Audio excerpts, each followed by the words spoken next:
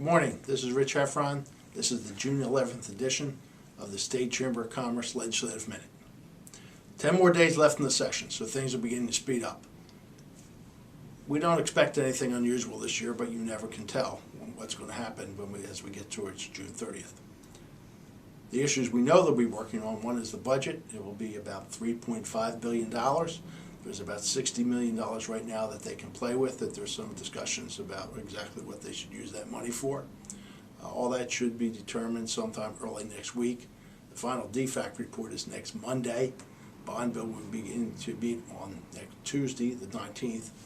And what they'll be discussing is what portion of that $60 million and maybe some other cash will be in the bond bill. It does not look like we'll have a large bond bill this year.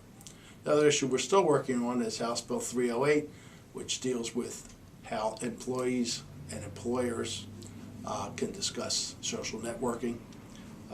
We agree that they should not be asking for the password of an employee or a applicant, but there is some question about when we go beyond that, exactly when an employer can ask an employee to see their social networking site if there is some evidence of wrongdoing. This may go into next year because it is a complicated issue.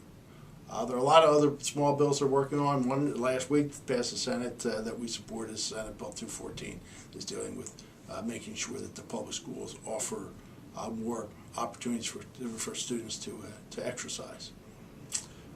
Lastly, I'd like to remind everybody, 9:30 this Thursday, June 14th at the Sheridan is our annual legislative brunch and small business celebration. At the brunch itself, we'll hear from our President Pro Tem, Tony DeLuca, and our House Speaker, Bob Gilligan, about what they expect to happen in the last 2 weeks of the session. Don't miss it. It's always interesting each year to hear what those two men have to say.